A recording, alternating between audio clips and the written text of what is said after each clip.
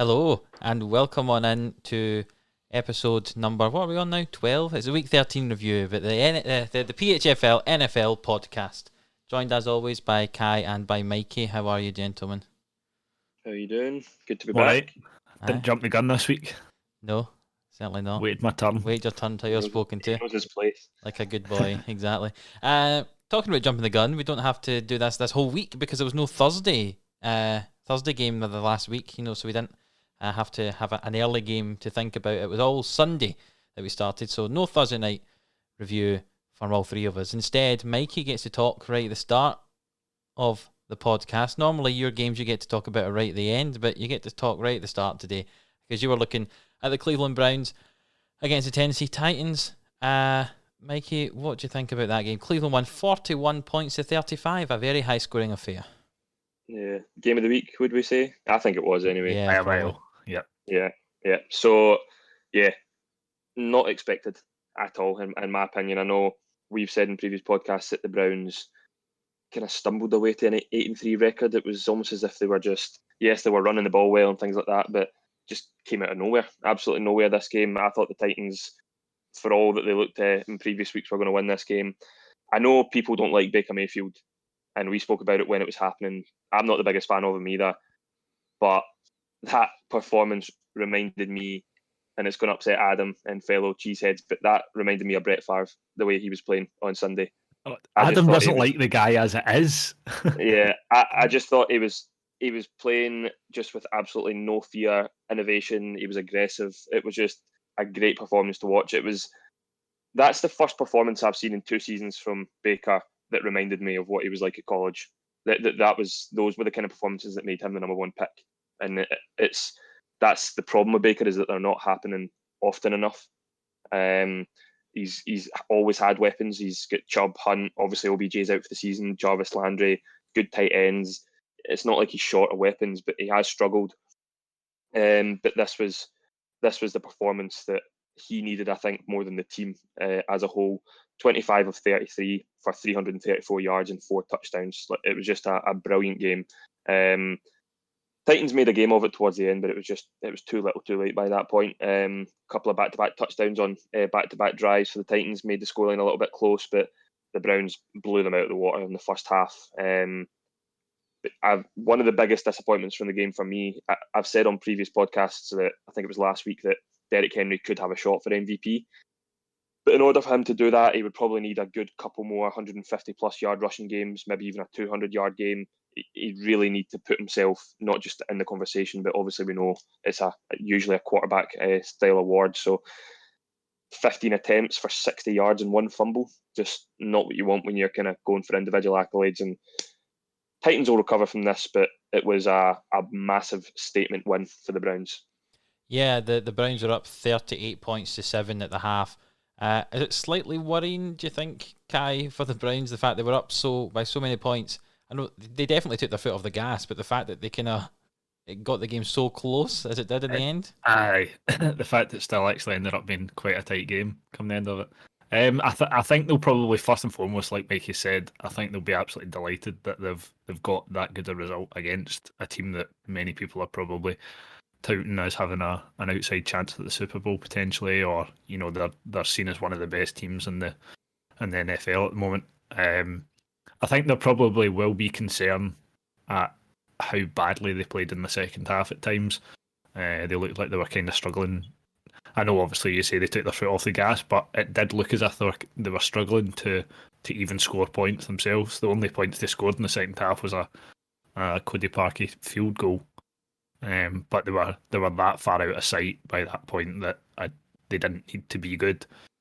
But they'll maybe just want to look to try and make their performance consistent across all 4 quarters. You can get away with being good for half the game against a team if you're that good, but let's be honest, they're not that good all the time. So I know it might seem strange, but because they were blown out so badly in the first half, but do you think it's anything to worry about for Tennessee? One bad half, because they came back into the game later on and we're used to them performing well. Is there a huge amount of worry to have? I think so.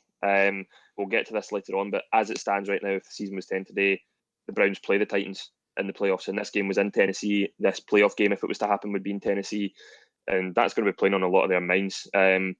One thing I think the Browns need to do is have both sets of the offense firing on all cylinders. This game was all about Baker. Chubb and Hunt were quiet in this game. I think they combined for 113 rush yards and a touchdown, but usually that's just one of those players getting those kind of numbers, or both of them getting individual numbers like that. So I think they need to.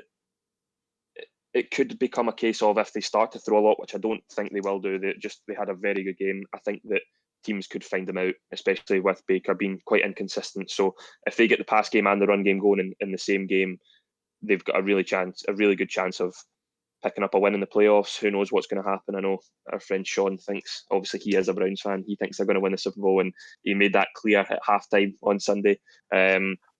But it was a stunning performance from the Browns. There's no two ways about it. Baker looked brilliant, and very much looking forward to Browns versus Steelers. I don't know if that's the last week of the season, but that's going to be a big game as well. I'm looking forward to that.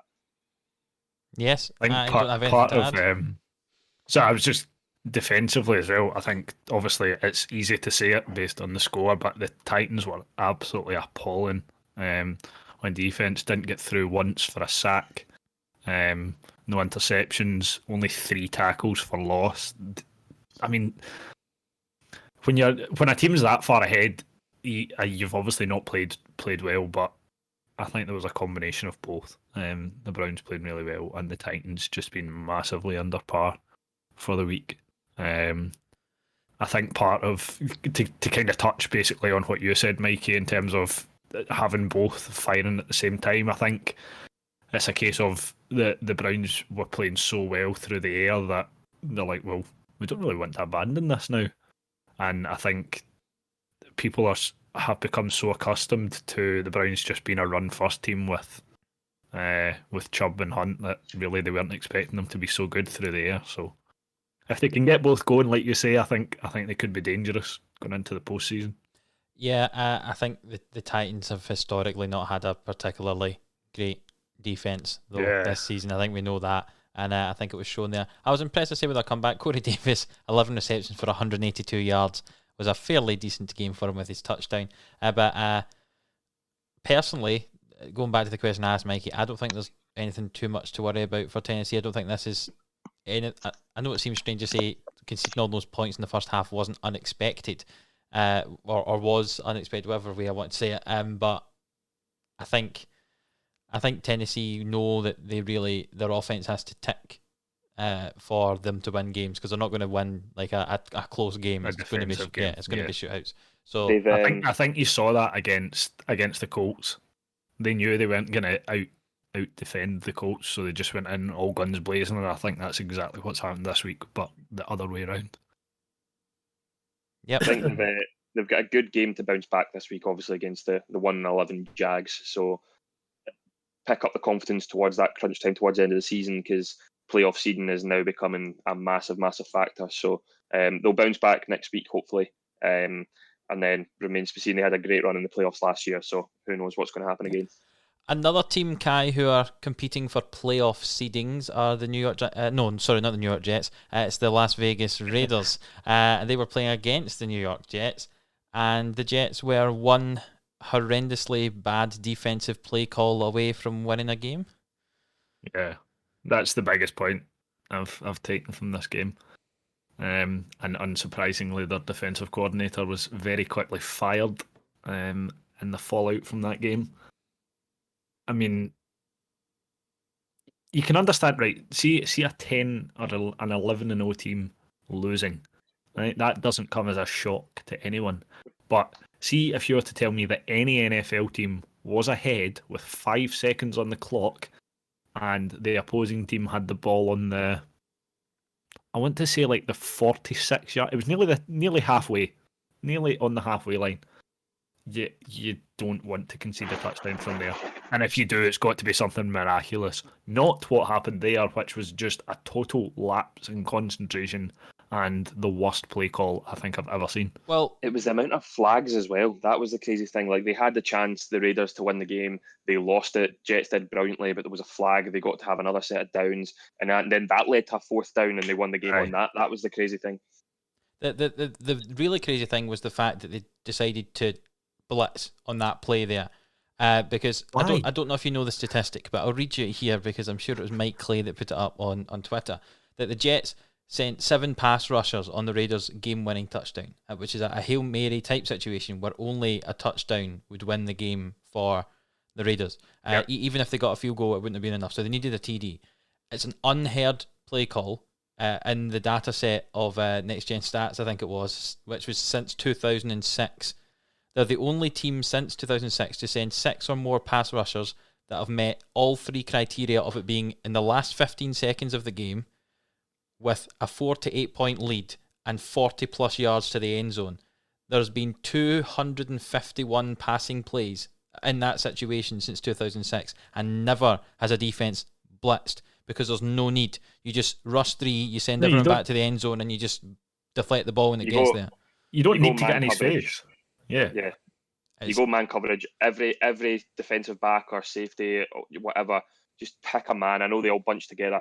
Pick a man, stick to them. Don't even try and intercept it. Just swat the ball away if you can. That was what's crazy. But we were talking about it at the time, and I don't think I said it on Sunday to you too, but I find it really funny that when the Jets were winning and it looked like the Jets were going to win this game, yes, the Jets only won one game all season and they'd go like 1-11 or something like that, but the Raiders would have been slated more than the Jets have been all season for being the ones to lose. And that's funny because the Raiders are having a good season.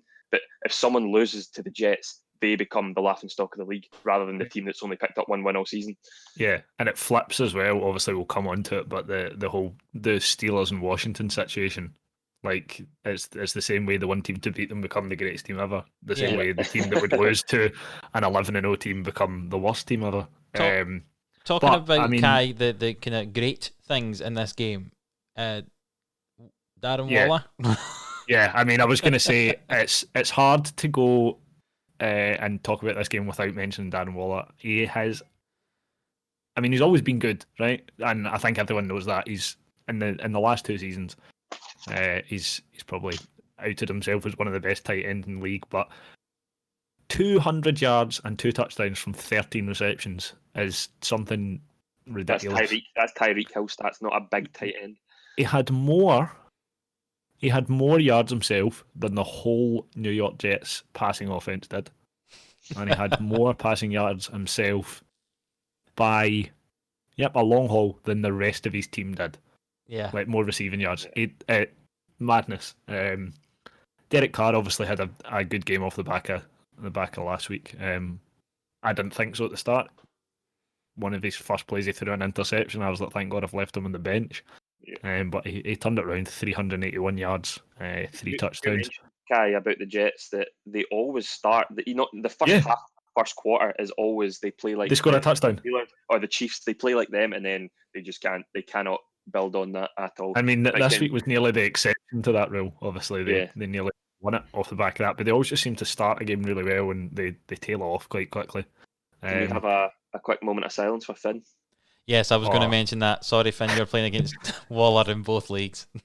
And last week he was playing against Derek Henry. Waller. Yeah, played against Darren Waller in both leagues this week, and last week he played against Derek Henry in both leagues, and in one of the leagues he also played against Tyreek Hill. So yeah, I'll apologise for last week with Derek Henry and Tyreek Hill, and obviously the Darren Waller owners as well. It's been a tough 2 weeks. I apologise for nothing, Finn. Welcome to the PHFL. The only other 2 things I would mention out of this game, really significance, the Raiders seem to have a lack of a run game without Josh Jacobs. Yes, tell that to me, the Devontae Booker who picked him up in fantasy this week and gave me no points at all. There seemed to be a scenario where if Jacobs is out, then Booker doesn't play as well. We can't really take the onus as the lead back. Positive for the Jets, they played better, and T.Y. Johnson appears to have kind of done a thing in the backfield. Ty Johnson, yeah. He seems to be a better option than Frank Gore. Frank Gore with his 1 attempt for 2 yards. as opposed to Johnson's 22 for 104 and a touchdown. But if I was the Jets, I would probably have him as my lead back for the rest of the year. Got nothing to lose. Apart from possibly the number 1 seed if he plays too well. Well, if he plays too well, because that was the other thing. Sorry, number 1 pick, not the number 1 seed, sorry. At one point, it was looking like the Jets were going to win here, and this will transition quite nicely into the next game. It was looking like the Jags were going to lose, so in that combination, they would have had the same record, and actually the Jags might have had the first pick. Which brings us very nicely. You see, did your own wee link, Kai? You can just do it yourself because you were talking about this game as well. Talking about this anyway. Yeah. So brings us very nicely onto the third game of the week, which was the Jags at the Vikings. See the one thing I would say about this game, despite the score and the fact that it went to overtime, don't think it was that good a game. I agree. It never really seemed to spark into life on the basis of the fact that the Jags really need to win, and obviously the Vikings knew a win and results going their way elsewhere would have got them a playoff place, or would put them in playoff contention. Sorry. So yeah, I wouldn't say it was the most exciting game I've ever watched, but Vikings end up winning it with a field goal in overtime. And like I say, with that win, other results going how they did, the Vikings are obviously now in playoff contention after starting the season one of the worst. They've got themselves into a good position now where they I think they have quite a favourable run in as well, as compared to some of the other teams. So it looks like they'll potentially pick up one of the wild card spots if they keep it going as it is. And yeah, I mean, the only other thing I've really got to mention is Justin Jefferson continuing to be probably the best wide receiver in the league as a rookie. Sat in my taxi squad in Dynasty all season, ranked like the number 9 wide receiver or something like that. So it's mad. I think people knew. Obviously, like I don't watch a lot of college football, and I didn't in the run up to this season. But you kind of get a feel for like the college prospects, and he was one that kept kind of getting mentioned. And I think people probably thought he was going to be good. Don't think anyone could have probably anticipated him being this good. And I think me and Mikey have had the conversation a couple of times, and we've discussed it on the podcast and off the podcast a few times.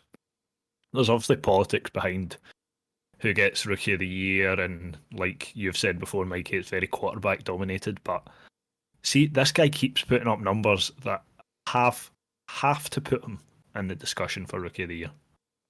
I'd say he's favourite now.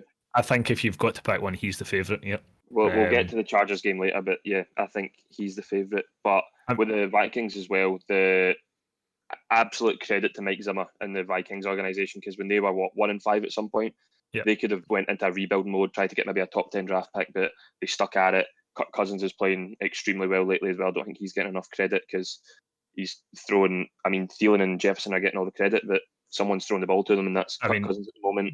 This week he was 305 yards, 3 touchdowns. He did throw an interception, but I mean, he's being clinical with the ball. Credit to them for sticking to it, because they could have easily went into rebuild mode, but they stuck with it, and who knows, they could be in for the wild card spot for the playoffs. Yeah, definitely. On the other side of the ball, can I just say, I know that Glennon threw a couple of interceptions, but again, I didn't think he was that bad. Again, I think he's fairly solid. I thought he played well. I think he looked so much more poised than Jake Luton. I think we seen the 3-point conversion that Jake Luton failed at a couple of games ago. When you've got someone experienced like Mike Glennon who made that throw, it just shows that experience is a massive factor in the league. Yeah, as much as the stats out of this week maybe don't show it, you would look at those stats and be like, touchdown, couple of interceptions. Like, he's still throwing 280 yards. He's very, very limited in who he can throw the ball to. I mean, if teams are going to target a wide receiver to cover, they're going to cover DJ Chark, and he's not really got much else. He's throwing a lot to the tight end there, guy. Looking at that, Tyler Eifert. Tyler Eifert and O'Shaughnessy as well. O'Shaughnessy, aye. So yeah, I think when you've got to give the guy credit, he's kind of come into an offense that he doesn't know that well. He's not probably. He's not had a lot of opportunity to play with them on a game-to-game basis, so he's kind of trying to do it. Sorry, that's a lie. He's trying to do it on a game-by-game basis rather than having a lot of experience with the offense, and it appears to change almost every week in terms of who's the lead receiver. So I think the Jags have probably got to be looking to be getting the second pick in this draft. Yes. And in that sense, do they take a quarterback? Yes. There you go. Answer the Yes. question for you. I 100% agree. Yeah. None of these guys are quarterbacks for the future. And I think Mikey's wearing an Ohio State hoodie at the moment. I think Justin Fields I was is going to probably say, their guy. I thought, does that mean that he thinks Trevor Lawrence is going there? Is that right? No. Yeah, I think Justin Fields would be a great fit for the Jags. I think they do have some explosive pieces on offense. I think the Justin Fields and Chark connection could be lethal. And then obviously James Robinson as well. Exactly. So yeah, good. I mean, every team has good pieces. They're obviously elite athletes, but I'd like to see Justin Fields on the field for the Jags. So the field. Aye, that's quite hard to say. So we think that that the Jags might take an early QB. Two teams that did take early QBs in the draft last year. They're like that link. Kai's giving me a wee kind of guns thing in the chat here. So Cincinnati at Miami. Miami won 19 points to 7. And sorry everyone listening, but Kai was looking at this game it's me again. So you're gonna have Don't to worry, I'll listen make to this him. one quick. This was the worst game of the week. So far in the first 4 games, we've had game of the week at game 1 probably with the Titans and Browns, and I think this is probably the worst game of the week. And the Bengals and Dolphins, only 2 touchdowns in the whole game, and the only other points come from the Dolphins scoring field goals. It never really. I don't think it ever shaped up to be a good game, and I think it lived up to that anticipation for it being a bit poor. Tua come back in 296 yards, a touchdown, didn't really have a lot to do.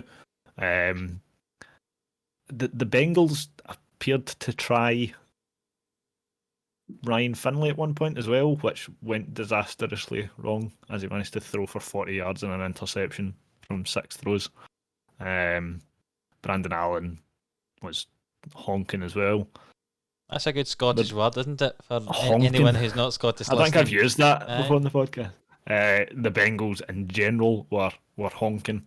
Aside from that Tyler Boyd wonder throw, which was his only reception, nothing happened.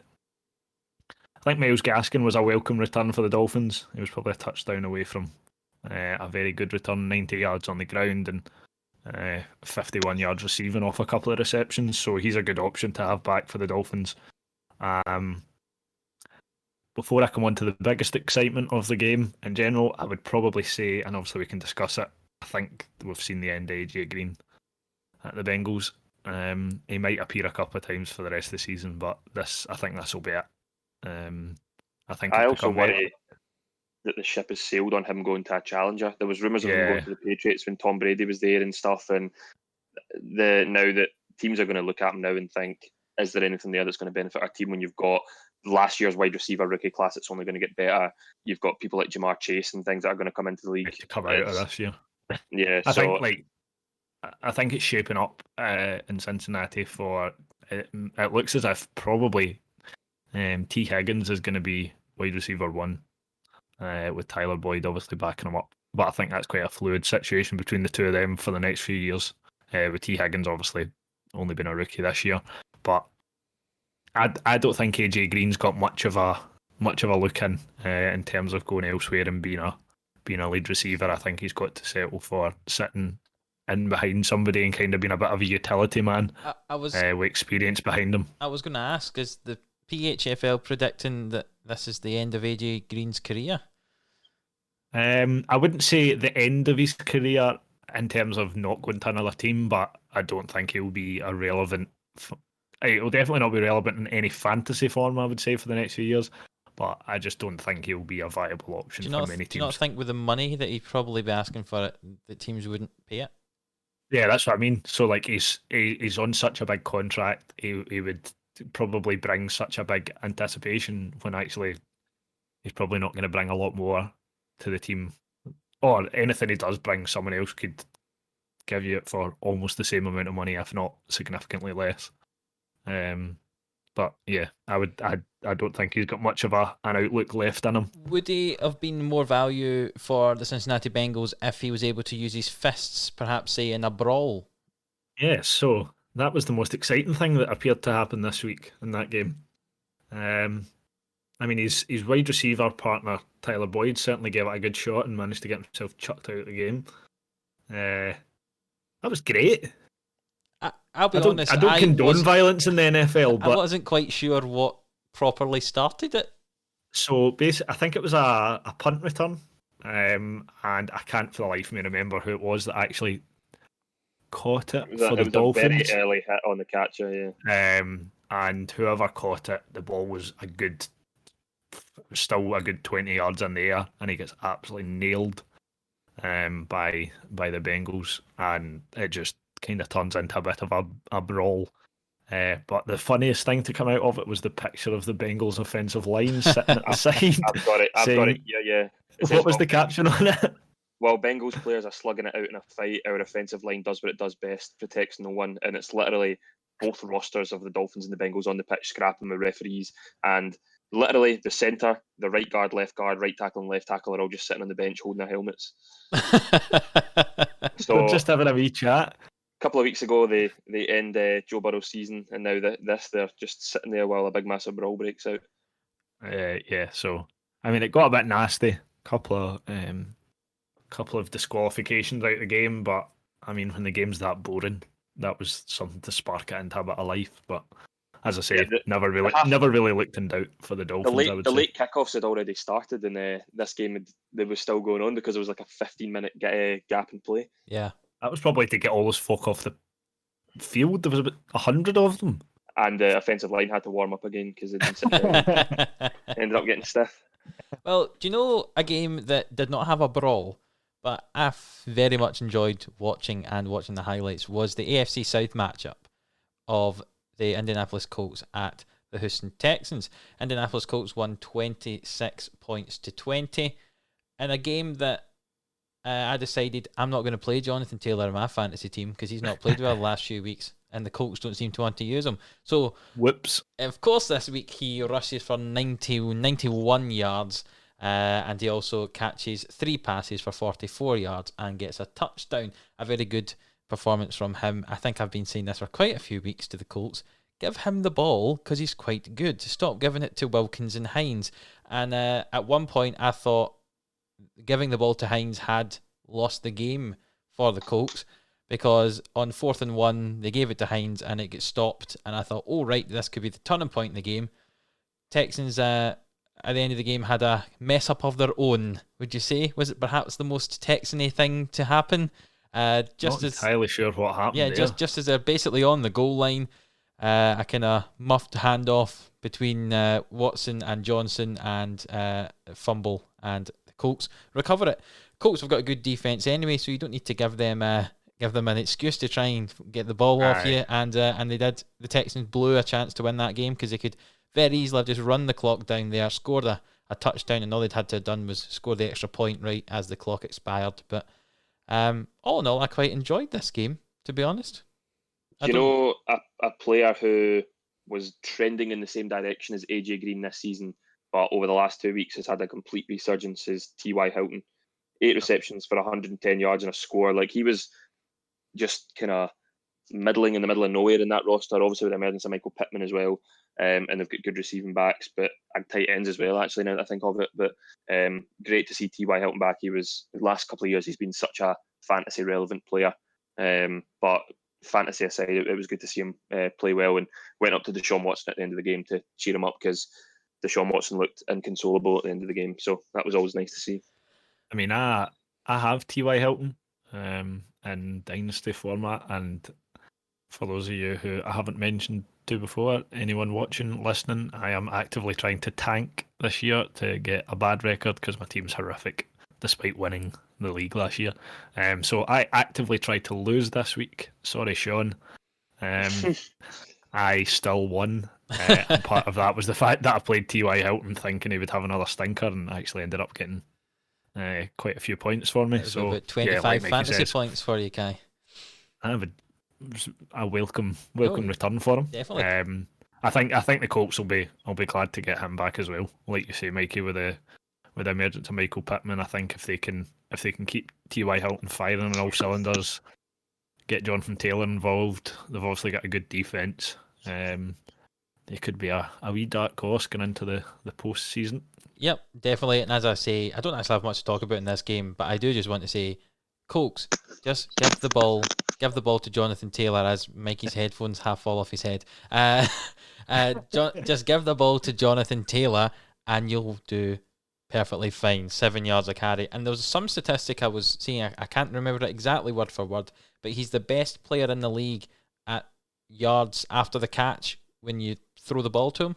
Like, of any player over a certain number of receptions, he's the best in the league in terms of yards after the catch. So, throw the ball to him as well. Just give him the ball to run, give him the ball when you pass. Just the whole offense goes through him. And just give everything to him. Get him throwing the ball. But tell me if you're going to do it so that I can put him in my fantasy team that week instead of him being sat on the bench. The next game was another divisional matchup, the NFC North. It was the Detroit Lions at the Chicago Bears. Detroit won 34 points to 30. And as I watched the highlights again this morning, just to remind myself of the game, I actually thought Mitchell Trubisky played not too bad with his 267 yards and a touchdown. Another player on the Chicago Bears who decided to do something this week was David Montgomery. With his 72 yards on the ground and 2 touchdowns, he actually looked quite good. The amount of opportunities he has in that team, he should have been doing better than he had. And again, I feel as if I'm talking far too many good things about the Bears. Cordero Patterson, I was very impressed with, both catching, running, and returning kicks. I thought he was really good. But none of that was enough because the Detroit Lions won 34 points to 30. Without Matt Patricia being in charge, it looks like their offense is flowing a little bit more, even without Golladay and Swift. Adrian Peterson turning back the years with another 2 touchdowns. Well done, Claire, for playing him in your fantasy team. How good is it seeing Adrian Peterson still being a relevant player in the league? It's even as a Packers fan, he's obviously been at the Vikings and now the Lions. It's just amazing to see one of the best running backs of all time. Yeah. The one point I really want to bring from this game, because I know obviously I said that Chicago I thought played quite well. I thought Trubisky played not bad. But on the Detroit Lions side of the ball, TJ Hawkinson, he is about to be one of the best tight ends in the league, isn't he? Yeah. He definitely is, I think. Yeah. Aye. I've obviously got him on ESPN, but I also picked him up in Dynasty out of the draft last year. I think I picked him as like one of the last ones, just as a kind of random pick. Obviously, nobody really knew who he was. That was the same draft I picked Travis Kelce, Mark Andrews, and TJ Hawkinson all in the one. So started the week well, but yeah, I think TJ Hawkinson has a very, very bright future ahead of him. He's already starting to put in very, very good numbers. Yeah, and I think he could be a good option for the Lions if he decides to stay there. He does remind me of Travis Kelce a little bit. Yep, I was about to say that. He's very big. I didn't realise how tall he was as well. He's a big boy.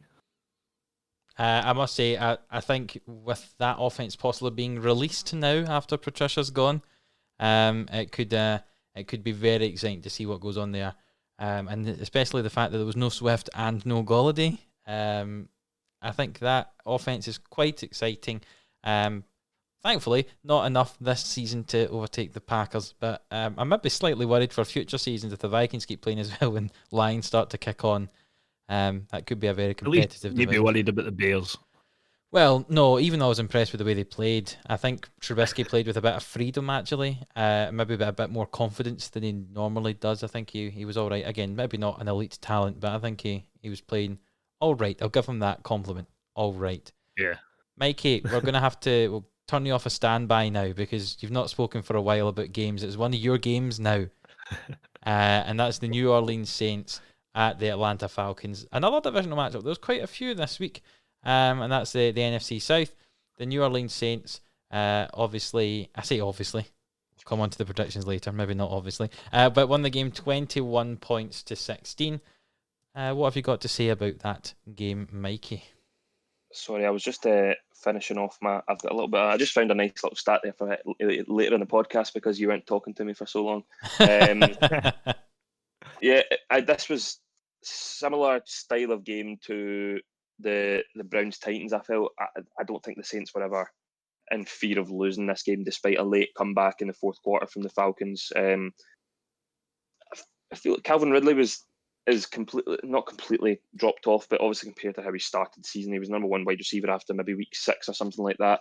They have struggled a little bit. The scoreline definitely flattered the Falcons, but Taysom Hill, through his first touchdown pass since 2016 when he was in his senior year at Brigham Young, and he obviously threw 2 on the day, so nice to see him finally throw a touchdown rather than running for 6 every game. Michael Thomas, we spoke about it just before we started the podcast. In terms of fantasy playoffs and NFL playoffs, it's a perfect time for Michael Thomas to make his comeback. So this game he was 11 receptions for 105 yards, but since in the 3 games Taysom Hill's played, Thomas has 22 receptions for 259 yards in those 3 games. And obviously one of those games was that horrible game at the Broncos. So we said when Taysom Hill was getting the starting job while Breeze was injured that he was going to look for his most reliable player, and who else than the best wide receiver in the league last year. So Michael Thomas has also reached 500 career receptions, fastest in NFL history to do it, beating Julio Jones and Anquan Bolden. And then the last thing I've got to say is, without Drew Brees this season and last season, the Saints are 8-0, which is... That statistic's crazy. It really is. Yeah, it fills I'm guessing it fills the Saints with a lot of optimism moving forward that yes, Brees has been the franchise player for them and the key player for them over the years, but at least potentially they know that there's something there in the absence of Brees whenever he does choose to retire. Because Jameis Winston has been playing a few snaps, not obviously a lot. Taysom Hill's obviously been in the driving seat since Brees has been injured, but the fact that teams are going to have to game plan for 3 quarterbacks, 3 completely different quarterbacks as well, is what makes me think that the Saints are going to win the NFC and potentially could win the Super Bowl. I just think that it's something that we've just not seen in the NFL before, having 3 completely different quarterbacks. I think when Brees comes back, you'll still see a lot of Taysom Hill as well, like you did see when before Brees got injured. So yeah, I am now thinking that they are probably going to win the NFC. That's my opinion, but it's just a really good offense. Defensively, they were really good as well, and obviously they still hang on to the number 1 seed in the NFC, which is heating up at the moment. I think it just confirms, if it wasn't already known before by most people, that Sean Payton is an elite coach. Like not just I think that some people might have thought, oh, he's got Brees and he's got Michael Thomas, so you don't need to be great. The game plan is pass the ball from Brees to Thomas. But I think it's just shown quite how good a head coach he really is. Yeah, really good. Top 5, definitely top 5 in the league, I would say. But I just think his creative mind is in a league of its own in terms of what he can do with that offense, because you've got massive weapons. I know we've seen a downturn in quality or usage from Alvin Kamara, but I don't think Alvin Kamara will care at the minute. They're winning games, and that's all that matters. I think, see, if you compared all the teams that are Super Bowl contenders at the moment from both the AFC and the NFC, the thing that links them all together is a solid defense. Maybe not elite, but definitely solid defense. Well drilled. A kind of Hall of Fame caliber head coach. When you look at the teams that are possibly going into the Super Bowl, and a solid, experienced QB. I know for New Orleans they've been using some Taysom Hill as well, but when Drew Brees is back, I think all the teams, they're the kind of parts that are showing you need really to get to a Super Bowl. I think I know they say that defense wins championships, isn't it? But I think head coaching is a hugely important part, and perhaps maybe underrated or kind of part of why a team could be really good. Do you have anything to say in the game, Kai? I've noticed that I've probably interrupted you a couple of times, but no, I was just letting you guys talk. I've got a sore throat. I've spoke all day so far. Nah, not a hell of a lot to say. I just think the one thing I would point out is obviously the fact that Alvin Kamara still managed to have a pretty decent day. I know you've said in weeks gone by that he could potentially his usage and his relevance in fantasy could potentially take a bit of a hit with Taysom Hill in, but he still did all right this week. 88 yards, a touchdown on the ground, and got a couple of receptions. Still not what you come to expect of Kamara, but I mean, if that's him taking a hit, then he's still very viable. Yeah, I think Latavius Murray was the one this week that took the hit, because in previous weeks he'd done fairly well, but he only had 5 attempts this week. I tell you what though, Kai, another Super Bowl contender from the NFC was the Seattle Seahawks, and you had them. They were playing at home to the New York Giants. In fact, in my notes, I've actually, for some reason, written New York Giants at Kai instead of at Seattle. But I have a feeling you have done that before. I probably have. I would pay money to see that. But the whole Giants team against me. Tell us, Kai, how the Seattle Seahawks did in their 17-12 loss. I don't really know what to say here. I think we've said it all about the Seahawks at some point this season, wasn't it? I mean, obviously, like I say, we've kind of been on and off for large parts of this season with the Seahawks. They obviously started the season very, very well, and it looked like they were very much the Super Bowl contender from the NFC, and then they had a couple of weeks where they were obviously struggling with running backs, and their defense was chopped up to bits, and we were like, now they're absolute rubbish, and Russell Wilson's blown his chance at MVP, and they'll not win the division and all that kind of stuff. And then that last week's performance kind of cemented the fact that actually, yeah, they're very much a Super Bowl contender again. And then they go and do that this week. I mean, just before you go into the game, when we'll obviously get to the playoffs, week 8, we said the Seahawks were going to win the Super Bowl. Where's the next one? And then week 12, which was last week, we said that the Seahawks would beat the Titans. How quickly things can change when the Seahawks and the Titans lose this week. PHFL curse, is it? Is that what it is? As soon as you say this team's good, they're going to lose a game? Yeah. So I would say probably shock of the week. I think going into that, if you'd told me that the Giants would beat the Seahawks, I would have probably said they would have had to play well to do it, but they didn't. That's the thing. I don't think either team was that good offensively. The Giants just played so well on defense, I thought, and finished the game with 3 forced fumbles, 5 sacks, got themselves an interception as well. The interception was a bit of a weird one. I don't think it was as much them as Russell Wilson throwing a ridiculously stupid ball. But yeah, Giants defense were absolutely excellent, I thought, and totally shut the Seahawks down. Chris Carson was again a welcome return. He helps the Seahawks in both sides of their offense. He's very, very good on the ground, but he's obviously a very good receiving back, and you saw that with it being the only touchdown they got was him getting a receiving touchdown. But 45 yards and a touchdown receiving and 65 yards on the ground. He's combined for just over 100 yards in total. I don't really have a lot to say on the Giants side of the ball. No, Wayne Goldman, 135 yards. He appears to have, obviously, that Devonta Freeman is away now or out for the season. Call him by his real name, Kai. Sorry? Call him by his real name. What? Wayne the Train. He appears to have come on leaps and bounds in the last few weeks. Alfred Morris keeps appearing with touchdowns. Yeah. It doesn't appear to do anything else, and then I feel like a touchdown. Yeah, well, is he the Giants? Get himself involved. The Giants kind of Jordan Howard. Does nothing and then just decides to get himself a touchdown and like no yards. I mean, 39 yards last week, still not great. Yeah. I've got a question for Adam about the Giants. The Packers miss Blake Martinez? Yes.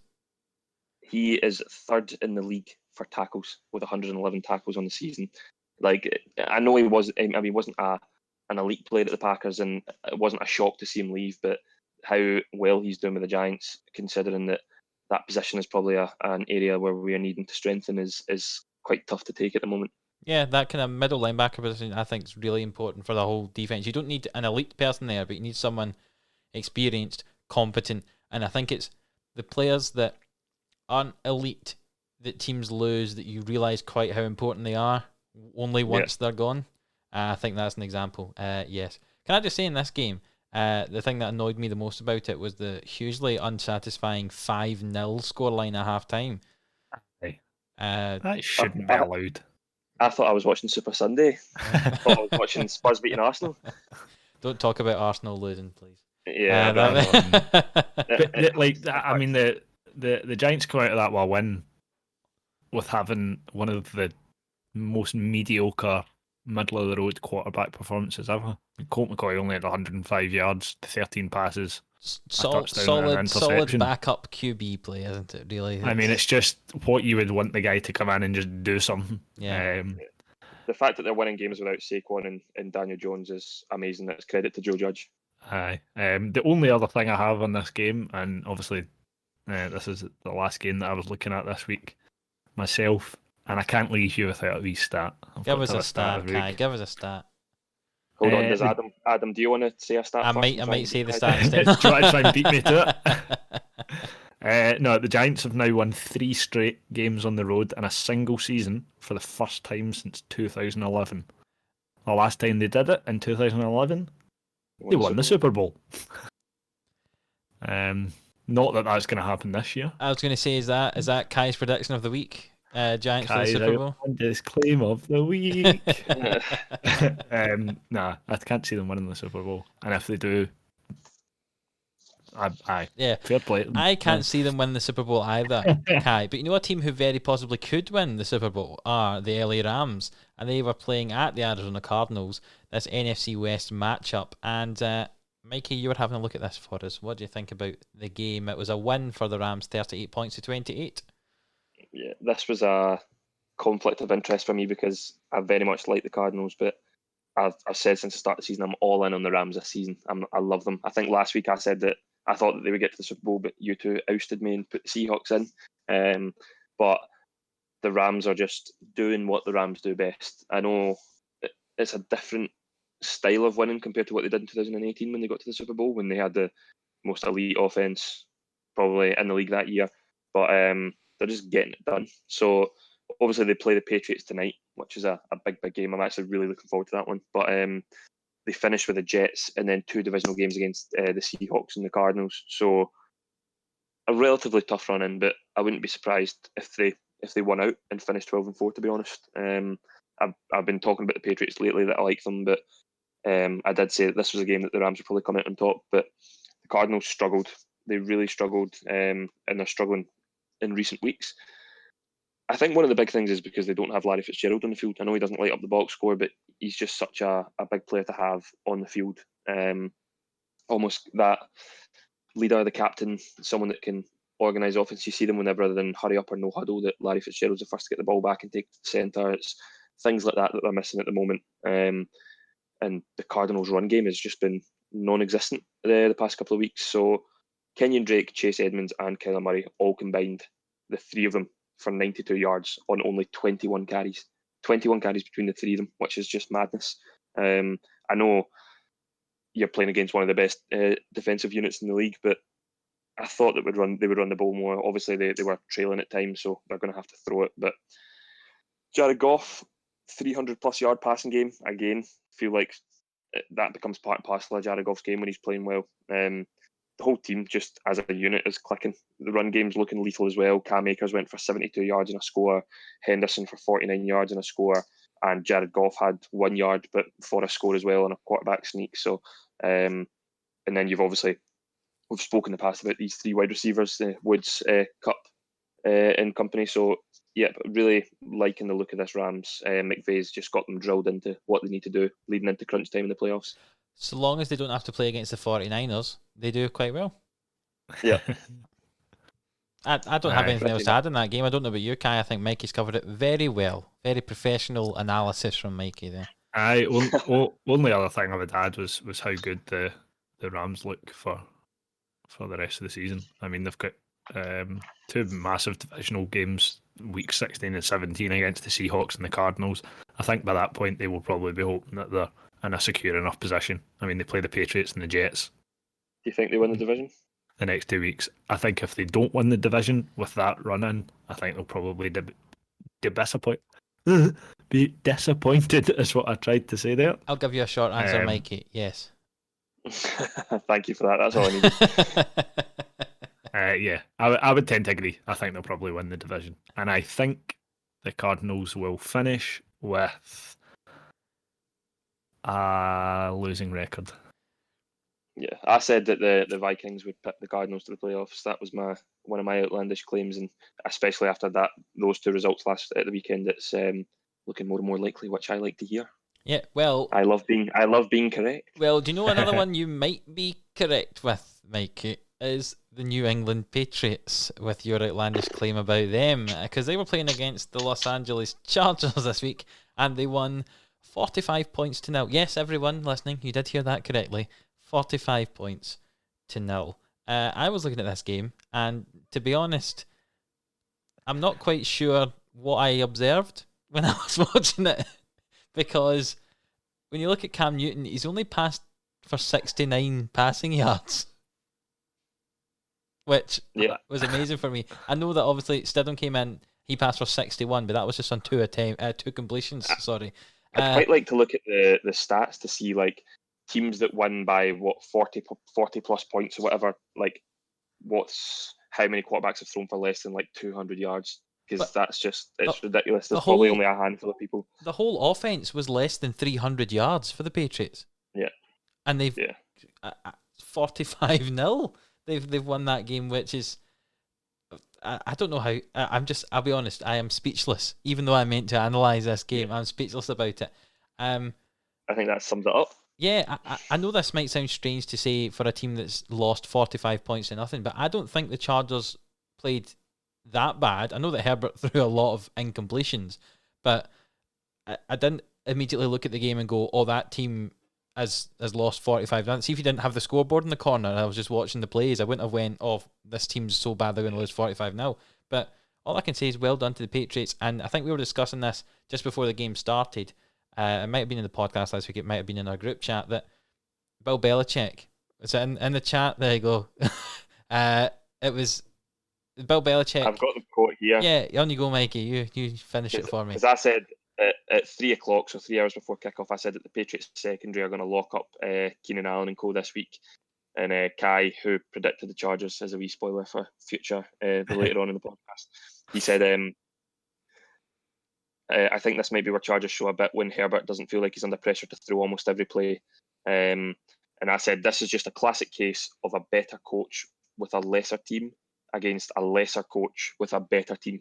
And usually the coach comes out on top. So Belichick relishes these kind of games. And as we said, it's weird that it was a 45-0 game. Like, it felt low scoring. It did. I know obviously the Chargers scored 0, but just obviously there was I think it was the punt returner, the blocked goal. Yeah, there was a good defensive display from the best defensive unit last season in the league, so nice to see them come back. But Stephon Gilmore, again, slowly kind of grown into this season. He was quite quiet at the start of the season, obviously Defensive Player of the Year last year. So, I hope my, as much as I usually have the hashtag every year, hashtag anyone but the Patriots, obviously they're not going to win the Super Bowl or might even not make the playoffs, but I hope my prediction of them is right, because I do like Belichick, and obviously with Tom Brady leaving, it's nice to see that he's still winning important games. Belichick against rookie QBs, yet another win for Belichick there. Yeah, exactly. Not bad, is it? Not bad at all. It's an almost a certainty. Do you know what wasn't bad either, Mikey? It was the fact that the Green Bay Packers beat the Philadelphia Eagles 30 points to 16. So what was that, sorry? I've been dreading Let me just say moment. this. I'll just say it again, just in case. 30 points to 16, the Packers beat the Eagles. No, wait, just in case you didn't hear it. It's 30 points to 16. We should have started the podcast last year. The Eagles beat the Packers last year. I think we took our first loss of the season last year to the Eagles, so we maybe should have started the podcast last year to give Kai a bit of something to cheer about. Anyway, I will not spend too much time on this. No, but I will, Mikey. I will spend 10 to 15 minutes on this. There's obviously a big talking point that we'll get to, but in terms of the game, just vintage Aaron Rodgers. It's almost as if you see it. I don't know if it's like when it comes down to plays, he just sees it like the Matrix, where everything just completely slows down and he sees everything just 100 times slower than everybody else. That's the way I see him play. He's quickest player to ever score 400 touchdowns, 7th player to do it overall, and he beats Drew Brees' record. His 200th touchdown pass was to Devontae Adams, and his 400th touchdown pass was to Devontae Adams. Let's hope his 600th touchdown pass comes to Devontae Adams, and long may that continue. The question I've got for both of you is, does Green Bay have the best quarterback, QB1, wide receiver 1, running back 1 trio in the league? I was sitting watching the highlights again because obviously it was on Red Zone, so we didn't see the full game. So I watched the highlights just to see if Red Zone had missed anything significant. Not that it does usually, and I was thinking that, like, you've got Aaron Rodgers throwing the ball, one of the best ever. Devontae Adams, arguably in the top 2 wide receivers this year, and Aaron Jones, who I think is not criminally underrated. Top 5 running back, I would say, because this is their stats just from this game alone. Aaron Rodgers, 25 of 34 for 295 yards and 3 touchdowns. Devontae Adams, 10 receptions for 121 yards and 2 touchdowns. Aaron Jones, 130 yards and 1 touchdown on 8.7 yards per carry. Like, that trio is lethal. And that's not to mention people that you've got like Robert Tonyan, who's now starting to emerge as a breakout player for us. Mercedes Lewis, a good veteran to have. I'm biased, but I think it's the best QB1, wide receiver 1, RB1 in the league. My debate for that would go to New Orleans when you've got Breeze, Kamara, and Thomas. Yeah, that would be the other one. That would be the other one competing against them, I think. We could probably do a podcast on its own, just on like the best trios in the league, which was something we could definitely look into. But I think we're being very harsh. I think we're being harsh here in saying those are the best. I think we've been harsh on Wentz, JJ Arcega-Whiteside, and Jordan Howard. I think they've got to have a look at. So wait. Sorry, Kai. We were talking about QB1s. Yeah. Starting QBs, Kai. Yeah. Exactly. Oh, sorry.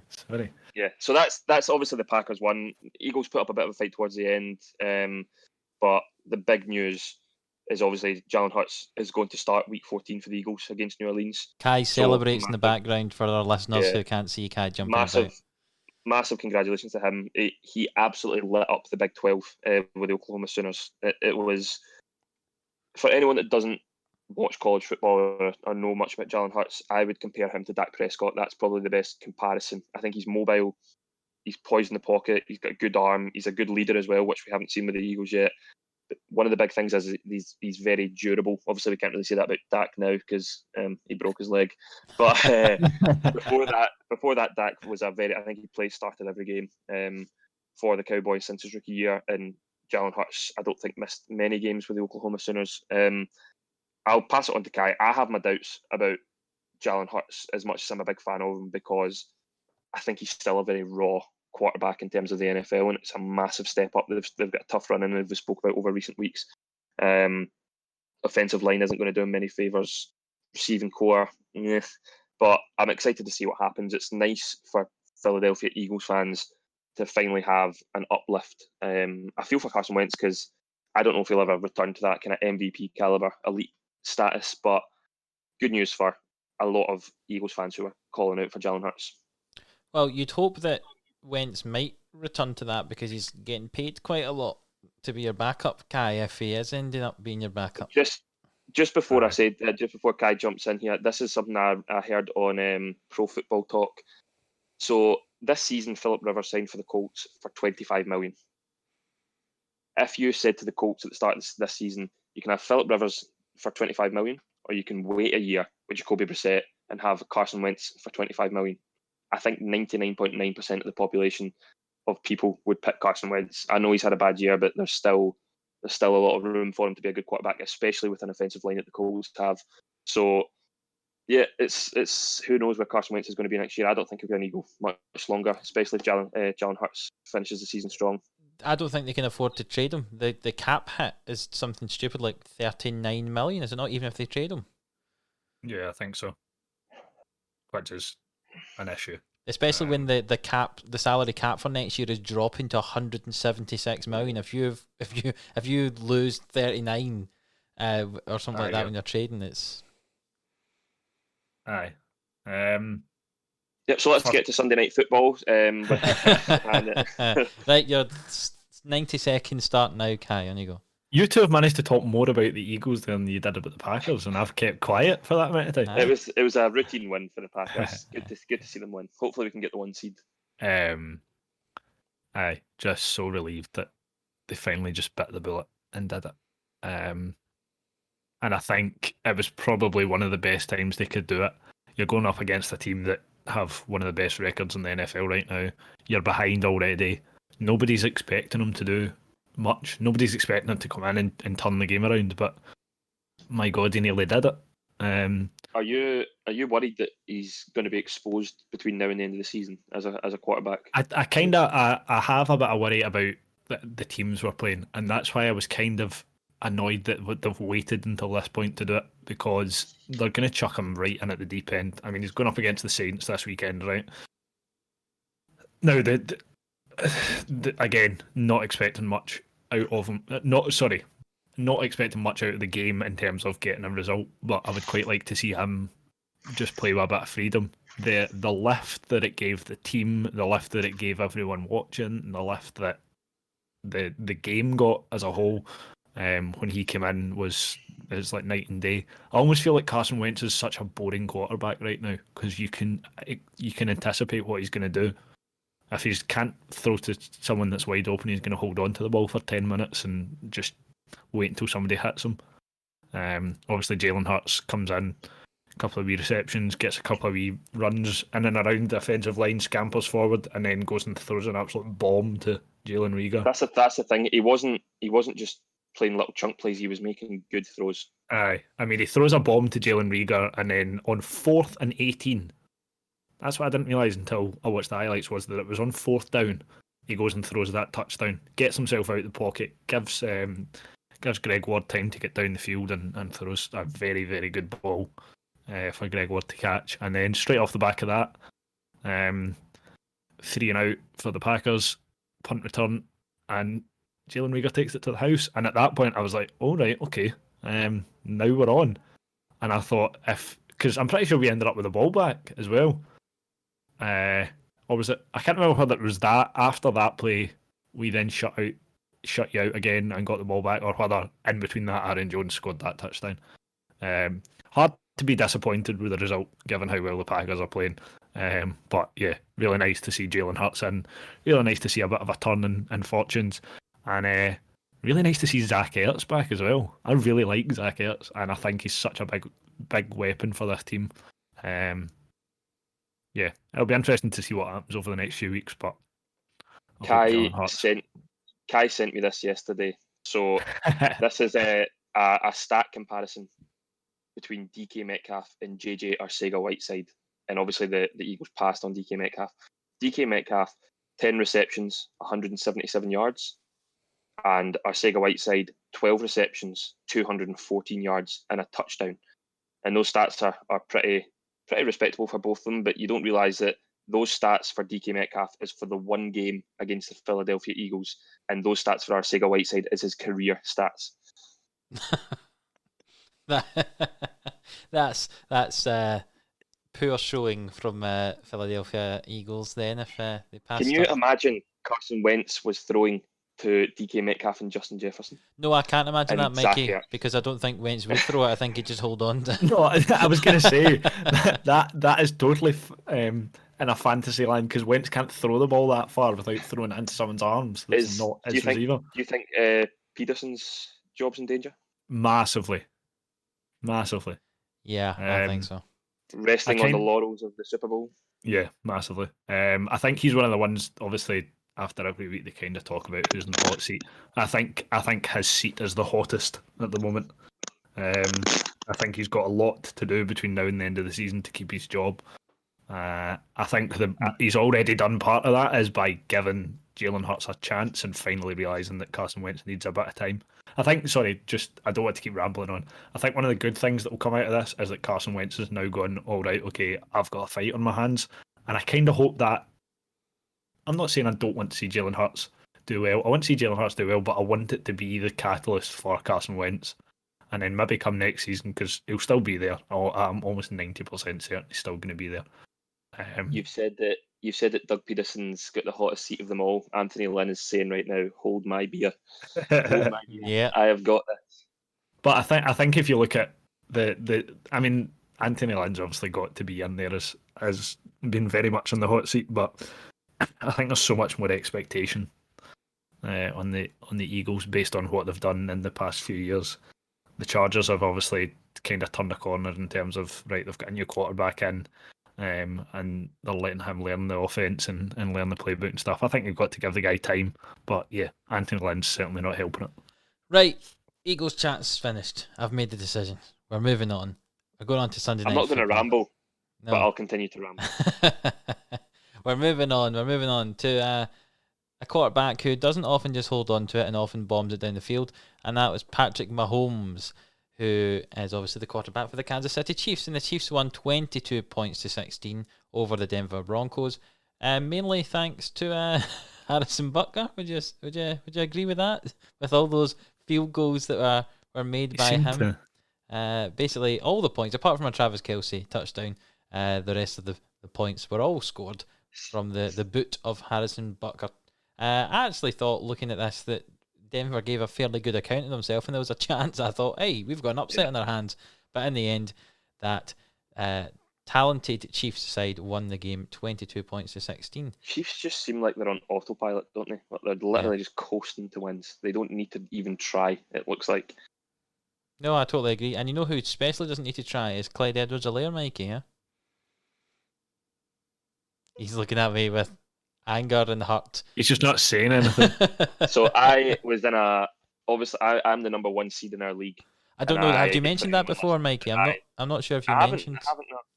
And I have my last 2 games of the season are against the 3rd seed and the 2nd seed. So I was playing the 3rd seed this week, and the whole week I was unsure because Edwards-Helaire was ill and he was questionable. So I had options. I had Le'Veon Bell that I could have brought off the waivers. I had a spare spot on my roster.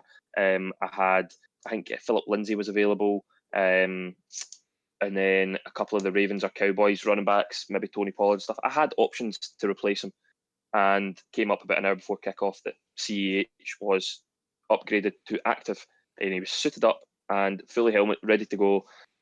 And I watched the first quarter and I was kind of dozing off, and I got a message from Adam saying he's not been on the field for a single snap. He did not play he did not play 1 snap at all the full game and finished with 0 points.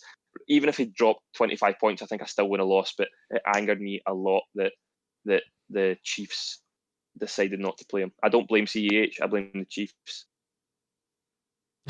Is that your that's all I have to say. CEH rant over? On the other side of the ball, talking about the running backs, Melvin Gordon had a game, 131 yards from 15 attempts, which is no touchdowns, but a fairly decent game for the running back there.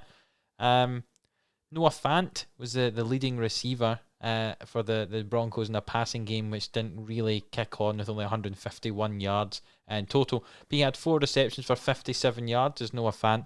I remember there was talk of kind of Hawkinson versus Fant originally when they were drafted and deciding who's going to be fantasy relevant in those. It looks like Hawkinson's kind of winning that battle. But don't get me wrong. I feel sorry for... No, I was just going to say, I feel sorry for Fant to an extent, because he obviously got that injury quite early in the season. Yeah. The first few games before that, it looked like him and Drew Lock had quite a good connection with each other, and they were looking like he could potentially be quite a big weapon in that offense. But kind of coming out the back of the injury, he's kind of stumbled back to where he was before. Obviously, this week's a reflection on what he's capable of, but I think he's capable of more than that. Yeah. Let's jump on from this game, because in the end it was fairly routine. Though it wasn't the normal, typical Chiefs win. We expected the Chiefs to win, and they did. Just a shout out to Tim Patrick, who I think's got a very boring name, but 2 touchdown receptions there, That's great. Aye. It's almost as bad as Colin Johnson last week. Exactly. It's like 2 guys you would meet in the pub in the west coast of Scotland. Good old Tim with his two touchdowns from his 4 receptions there. The next game was, there was a whole lot of games moved about because of the games last week that got moved about. So this was an early Monday night game, which I think was 5 o'clock Eastern, so it was 10 o'clock at night our time, so we were able to see it. And it was the Washington football team at the undefeated at that point Pittsburgh Steelers. Yes, Mikey, he's making a wee heart shape. Yes. I will say 2 words, and that is it, and that is Alex Smith. Yes, Alex Smith. I'll let you 2 talk about the rest. That's me. I'm not even going to say anything. Yes. So, Washington football team beat the unbeaten at that point Pittsburgh Steelers 23 points to 17. And it had nothing to do with Tony Gibson, because he went off with a bad case of turf toe after 2 attempts, which I didn't appreciate. But instead, Alex Smith, 31 completions, 296 yards and a touchdown. Nothing hugely special, but a solid game. Mainly pass to the running back, would you say, with J.D. McKissick getting 10 of those receptions? Yeah. But it was some people might say a surprise, but I think I'd been saying for quite a while that I thought the Steelers might have been one of the kind of worst undefeated teams we'd known, and in the end they ended up losing this game. They've kind of stumbled, or they had stumbled to their unbeaten record. I think Alex Smith's stats are made even more impressive by the fact that one of his teammates managed to puncture his shin open in the first half when the camera panned to his leg, and I got the fright of my life because there was blood everywhere. I was like, "Oh no, is that?" I thought it was his bad leg, and I thought things were going to get bad. I thought that could have been the end of it all. Luckily, it was his other leg, and it got patched up. But he played like quite a few snaps with his leg absolutely pouring with blood. Yeah. I think with the Steelers the past couple of weeks, I think the Cowboys found the blueprint on how to beat them. The Ravens then attempted said blueprint on how to beat them, and Washington succeeded in said blueprint. I think it was a long time coming for the Steelers. I know that yes, you can only beat what's in front of you, and 11-0 is nothing to be scoffed at, but Washington did what they had to do, and it was the interception at the end. It was a Montez Sweat was outstanding on Monday night. He was tipping everything away, forcing a lot of incompletions from Big Ben, but obviously the big one was the tipped pass that led to the interception, which basically won them the game. Yeah, I must say I was just very impressed with that Washington football team, to be honest. One thing about the Steelers is Deontay Johnson now has the most drops of any receiver in the league at the moment. Wow. Even though he's been catching lots of balls, the number, like, I'm not quite sure how they classify a drop, but basically I think he's now getting 9 for the season. Even though he had 8 receptions, 71 yards and a touchdown, I think he's had a few drops the last few weeks, which is I think getting very frustrating for that Steelers team. And for both teams, there was no rushing game at all for either side. 45 yards for Washington, 21 yards for the Steelers. Ebron and Juju were dropping a lot of balls. I think Claypool maybe dropped a couple, and Mike Tomlins came out and said, if our receivers can't catch balls, there's players in our practice squad or players in and about the roster who will catch balls, basically that. So I think he's trying to light a fire under these receivers, because it has been a bit stagnant of late. Obviously, if anybody was watching the game, Big Ben's thrown 250 interceptions against the teams from the NFC East this season. Yes, the stat came up at the side. 3 games versus the NFC East this season. Big Ben, touchdowns 9, interceptions 250. Hopefully, whoever made that graphic got a little slap in the wrists for that, because he's as much as he's not been lighting it up this year, he's not thrown 250 interceptions. No, you need to add 1 to it though, so it's 250. That was 251. Yeah, that was Jameis Winston last season. I think that should have been mixed up. But yes, well done to Alex Smith.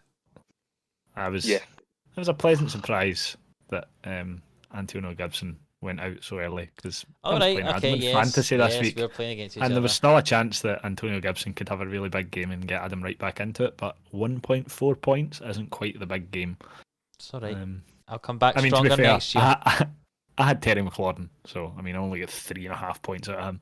Yeah, but 3.5 points more than you. Yep, that's true. And you know what? We can just move on from that now, and we can look at Monday Night Football. And I had seen a statistic that Buffalo really had a very bad record on Monday Night Football. Apparently, they'd lost quite a few Monday night games they've been part of, and they were travelling to San Francisco for this one. So some people thought, this could be a tough game for them. But 34 points to 24, Buffalo ended up winning the game. You lied, Adam.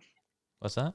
You lied. Did I? They weren't travelling to San Francisco. Sorry, that's true. They're not in San Francisco at the moment. They're in Arizona. They're playing, aren't they? It was so weird seeing Bills versus 49ers with a big Arizona Cardinals thing in the end zone. Yeah, sorry, I was forgetting that. I was just reading the fixture. Yes, the San Francisco 49ers playing in Arizona. In the end, a good win, as I say, for the Buffalo Bills. Stephon Diggs and Cole Beasley doing the business? I that's when I wasn't talking earlier. It's because I was finding this stat. Cole Beasley this season has more yards than AJ Brown, more receptions than DK Metcalf, more yards per reception than DeAndre Hopkins, more touchdowns than Julio Jones, and more 100-yard games than Tyreek Hill. And you think with Stephon Diggs being the wide receiver one, like he is, and he's also QB2 on that team as well. So I think that's why the Bills are so good at times, is because it would be so easy for it defensively to just lock up Stephon Diggs, but then like they'll throw the ball to Cole Beasley, they'll throw the ball to Gabriel Davis. The perfect kind of wide receiver too. Oh yeah, because he doesn't. I don't think he wants to be like a wide receiver one. I think he's happy being wide receiver two and just kind of going about his business without really being the one getting noticed. But really, I think people should start taking more notice of him because he's very good. Yeah, I agree. The San Francisco side of the ball, do you have anything to mention about them? No, it's just interesting to see, obviously, what will happen in weeks to come. I don't really think they've got much to chase anymore, but Nick Mullins had a relatively alright game. 316 yards, 3 touchdowns, the 2 interceptions slightly tarring it a wee bit, but and the snaps, or the receptions seemed quite split between Deebo Samuel and Brandon Ayuk. Obviously, Brandon Ayuk 20 more yards and a touchdown, but they've certainly got a lot to throw the ball to. Yeah. Nick Mullins, obviously the first fan of PHFL podcast. Yes, that's true. But I'm sorry, Nick. I think that team just needs a better QB, and that's be very good. Even when Jimmy G was there, it was maybe not great. But I think we said for a while that this offense can run with anybody there, really, at quarterback. But if they just did have, imagine this team had someone like an Aaron Rodgers in it. I think we said this a few weeks ago. Like it would just, this team would be a Super Bowl contender, 100%. But I think someone like Deebo Samuel goes into, if with a quarterback like Aaron Rodgers, Deebo Samuel becomes a top 10 receiver in the league. Yeah. I think as Kai was saying there, though, I think San Francisco probably are starting to kind of shut down their season a bit. I think they realise they're probably not going to be getting in the playoffs, and I'm not saying they're going to tank. But see, as soon as you realise you're not getting in the playoffs, in my opinion, why would you want to win games? Why would you want to win any games? Exactly, get a higher draft pick. But that Monday Night Football wasn't our last game of the week because we had the Baltimore Ravens playing on Tuesday night, and they were playing against. We just totally tarred over the fact that Josh Allen had one of the best performances from a quarterback this week. I know. I realise I didn't talk about it too much, but it was very, very great from him, I must say. 375 yards, 4 touchdowns. No INTs. Passer rating 139. I stand by what I said at the start of this podcast, is that he could be MVP. I think he's had too many dodgy games in the middle of the season to get MVP. Yeah. He's a dark horse for sure, but he would need to finish the next 4 games with 15 touchdowns. 15 touchdowns and 1,000 yards, over 1,500 yards, maybe. Yeah, if he has games like that, I think he could. Oh, massively! But again, you've also got Aaron Rodgers, who is I've already been told that he's MVP. That's what the NFL still. Oh, right, okay. Yeah, we've got inside information about that. But yeah, I mean, there's no doubt, definitely. But I think for quite a long time we've realised this is a pass-first offense, and with Josh Allen there, he's a very solid quarterback. And with the right coaching around him, which he has there now, McDermott, a wee bit of experience, he's doing quite well. Right, let's go on to this last game of the week. The Tuesday night football what was it actually branded as? Can anyone remember? Was this meant to be a Sunday? Was it branded as Thursday? Yeah. Tuesday night football branded as Thursday. They like to keep us on our toes with the Cardinals signing the end zone in a 49ers Bills game and sitting on a Tuesday night watching Thursday night football. That's just 2020 for you. Yeah, exactly. But what was perhaps more 2020 was the fact that Baltimore won 34-17 against the Dallas Cowboys team, who are really bad. And do you know, for the first time in 14 years, the Cowboys have been flexed out of a primetime game for Week 15. I don't know if you saw this. They were meant to be playing against the 49ers on Sunday Night Football in game week 15, and they've moved them to the 1 o'clock window and moved another game into Sunday Night Football. It's the first time because they're so bad. Because the game doesn't mean anything anymore, and that's the first time in 14 years that the Cowboys have been moved from primetime. And that one of the reasons for that is because they lost this game, only scoring half the points of Baltimore. Don't get me wrong, on the Dallas Cowboys side of the ball, when you look at the stat line, just without having seen the game, you see Elliott rushing for 77 yards, and you see Dalton throwing for 285 and 2 touchdowns and an interception. Doesn't look that bad, but Baltimore rushed. I'm just having to check this.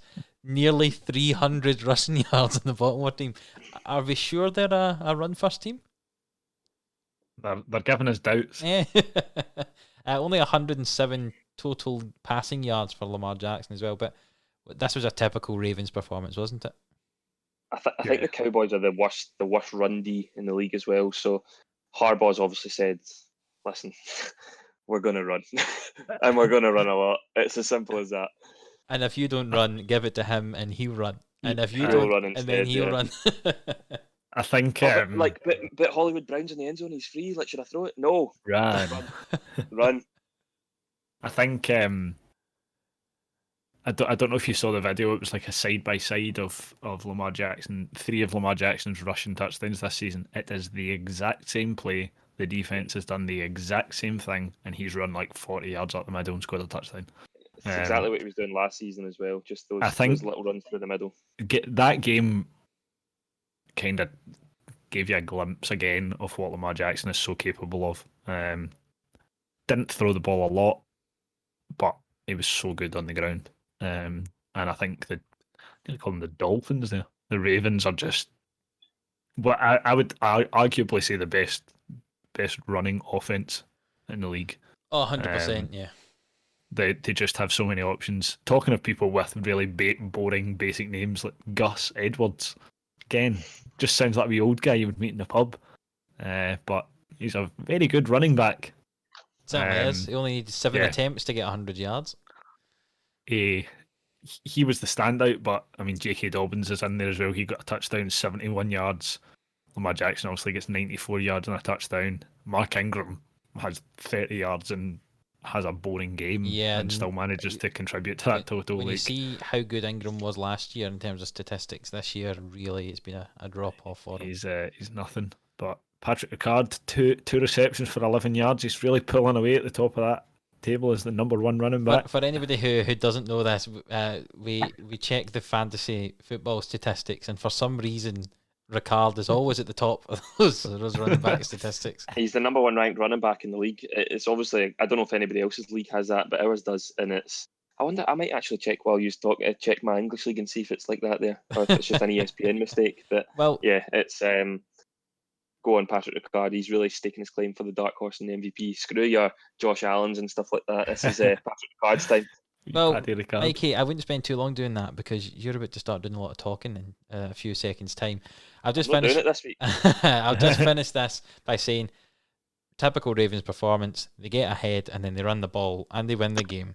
And so when they can do that, that's what happens. And against a bad team like the Cowboys, they certainly did that. And that's all 15 games from this week we finished talking about. That must be record time. We're going to have to waste some time here talking about the playoffs. But what we'll do is we'll make sure that we've got the right playoffs to talk about this week after Mikey had fun giving us old playoff statistics. Alvin Kamara and Patrick Ricard are still number 1. Still number 1. Good. Well, you see, Ricard might, if he just has a better week, I mean, might need a couple of touchdowns to pull away. So, Alvin Kamara's total points in the season, 280. Patrick Ricard's 14. And then third place, Dalvin Cook, 275. 14. Well, that's consistency from Ricard there at the top then, clearly.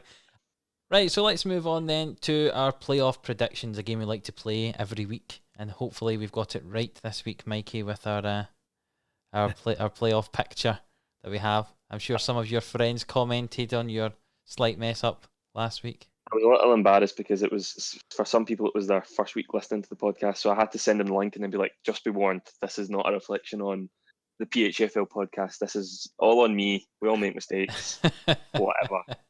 So we have this week there are no mistakes. The Jets versus the Jags. in the playoffs. So we'll start with the AFC. Go for the Jags in that game, I think. We have the number 2 Chiefs. So the Indianapolis Colts play them at the Kansas City Chiefs. Chiefs for me. Clean sweep. I'll take the Chiefs as well. Then we've got the Miami Dolphins at the number 3 Buffalo Bills. Dolphins obviously the number 6 seed. Bills for me. Same again. I'll take that. And this is a big one. Browns at Titans. 5 versus 4. Titans for me. Yeah, I think the Titans have all learnt their lesson. Baker Mayfield's not good enough to do that twice. So that's the 1, 2, 3, and 4 seeds going through. So we've got Titans at Steelers. Titans for me. Really? Yeah. Wow. Right. Okay. Titans it is then. And then we've got the Bills at the Chiefs. Bills. Yeah, I'll take the Chiefs. I can't not take the Chiefs. So we have the number 4 Tennessee Titans at Arrowhead versus the Kansas City Chiefs. Is that a rematch of last year's AFC Championship game? Yep, same too. I'd take the Chiefs again. Chiefs? You're taking Chiefs? Nah. That's unlike us. And then we've got, so the number one seed in the NFC is the New Orleans Saints. So this is a game I do not feel confident about. I don't know about you, Adam. The number 7 Vikings at the number 2 Packers. I'd take the Packers. I'd take us in a divisional rematch. Just because you're not confident on it, I'm going to go Vikings just so I can see what Mikey ends up saying. Packers, obviously. Number 6, Tampa Bay Buccaneers. Obviously, they were on the bye week this week, so they've been almost forgotten about in this podcast, but they're still the number 6 seed at the Los Angeles Rams. Now, you see, Rams to run all over them. If the Bucks were playing against the Packers, I'd be worried. But I fancy the Rams to beat the Bucks. I'm taking the Rams. I'm loving the Rams this season. Number 5, Seattle Seahawks at the New York Giants. Number 4 seed. Well, I don't think the Giants have got a chance of beating the Seahawks, do they? I don't think that could happen. So I think I'll go for the Seahawks. Yeah, I'm going Seahawks. Man. I think they'll learn from the mistakes on let's Sunday. go Seahawks. Right. So the number 5 Seahawks play the New Orleans Saints. Saints. Yep. Saints. Yep. And big game. Los Angeles Rams at Lambeau Field against the Green Bay Packers. I'm going Rams. I would go Packers just. I am going Rams. I think the Rams, I said it in the podcast today, I think the Saints and the Rams are the 2 strongest teams in the NFC. And that's obviously the NFC Championship. So the Los Angeles Rams travel to the Big Easy to play the New Orleans Saints. I would take the Saints there over the Rams. I think. Saints. See, I would have taken the Rams. I feel like by that point the breeze will be back. The big breezy. The big breezy will be back. It'll be off a windy down in New Orleans. No, I think Drew Brees will be back by then. And I think the Saints are too strong with Brees. Right, so we have. I'm just checking to see if this is the first time we've had it. It is. This is the first time we've had the Kansas City Chiefs against the New Orleans Saints in Tampa for the Super Bowl.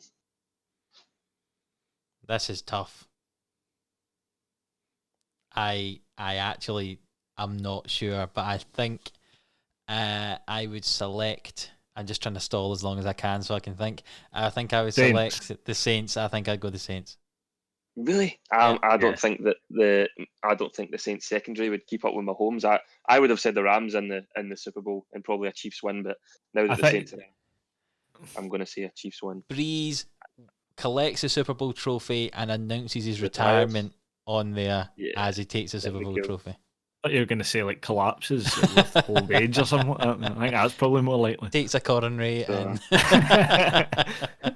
Chiefs Saints with a Chiefs win. No doubt the Chiefs and Saints will probably both lose this week, and we'll both not have them in them next week. But I would have taken. I honestly think it's going to be a Chiefs Rams Super Bowl. That's the one I want to see. I want to see that hard hitting D versus the elite offense. But got to stick to what all three of us say as a group, sadly. Exactly. So that's that. Right. Well, you. Did I do okay there? Yes, it was Okay. better than before. Okay. Certainly. Yeah. Thank the God.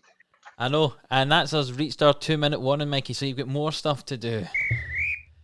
And we're looking at our predictions. So the pressure's off because you've already made the predictions. So if you've made any wrong predictions, then you can't do anything to affect it. The first. Yep, I'm just looking here. Of the 15 games, and we spoke about this before we came on the air, we've done a sweep for 10 of the 15 games. Whether they're right or wrong, we've all picked the same team on 10 of the 15 games. Right, well, the first game, Cleveland beat Tennessee. Did we sweep that one?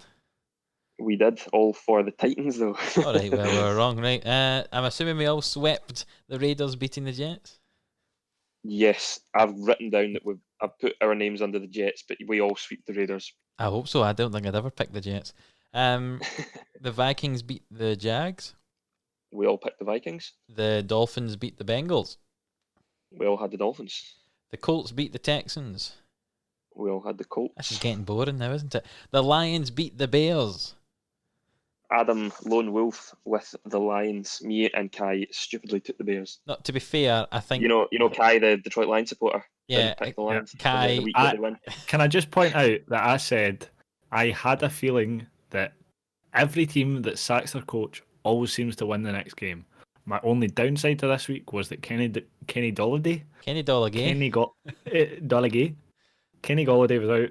DeAndre Swift was out. There was too many parts of their main offense that were out, and I just felt like they would struggle. Fair play to them. They've proved my theory to be right, that every team that sacks their coach appears to win the next game. I mean, I think it's about the only time you've not picked the Lions in this, and it's the time that they win. So we can skip the next game because we need to talk about who picked the Saints to beat the Falcons.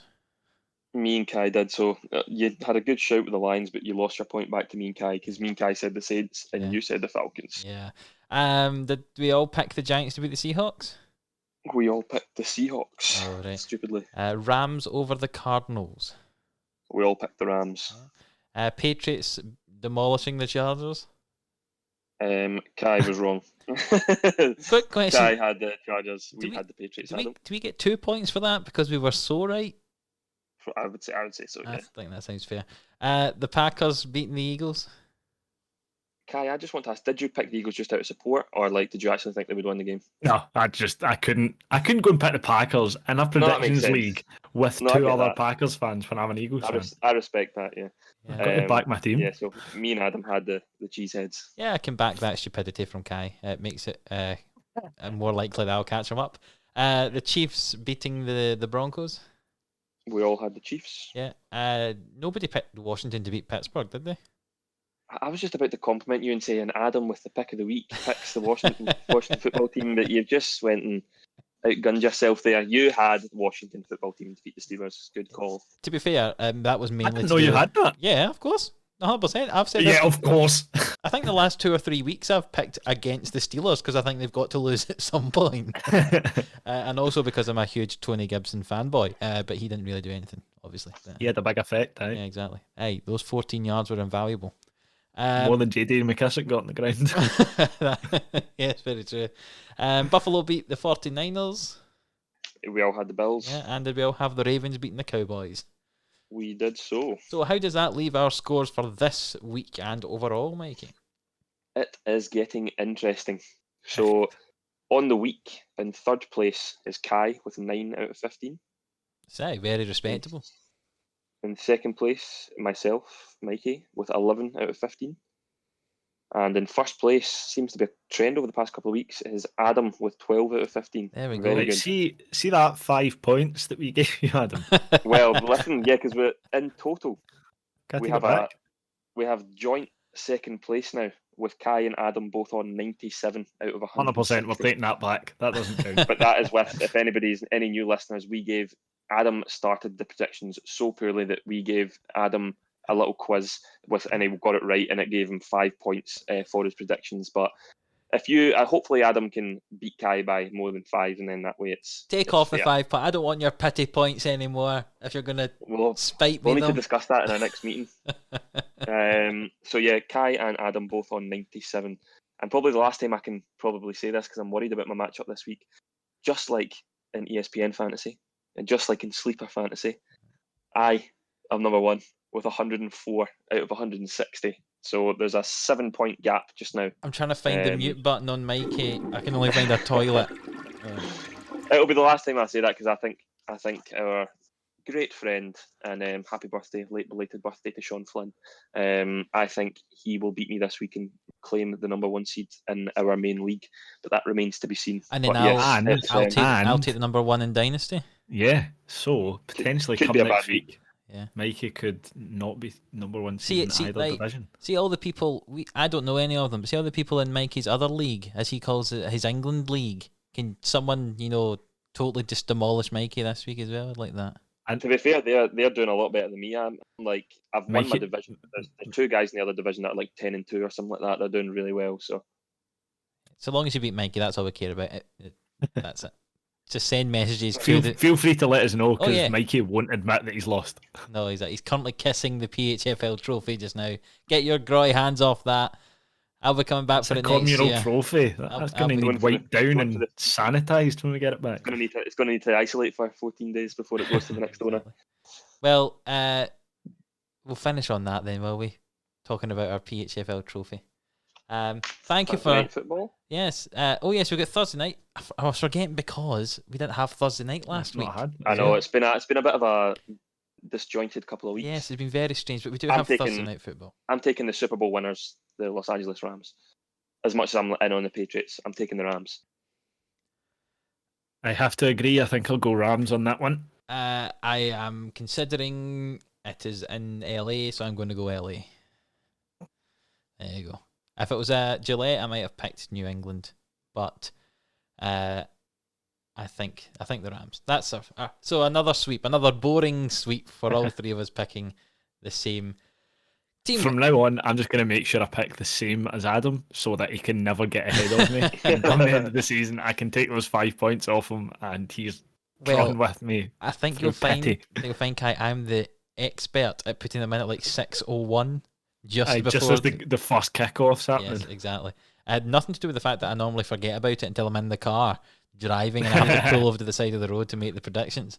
But yes, thank you, Kai. Thank you, Mikey, for joining us again this week. Pleasure. Thank you. Yes, and we look forward to talking about this week's NFL games. We'll see you in the next one.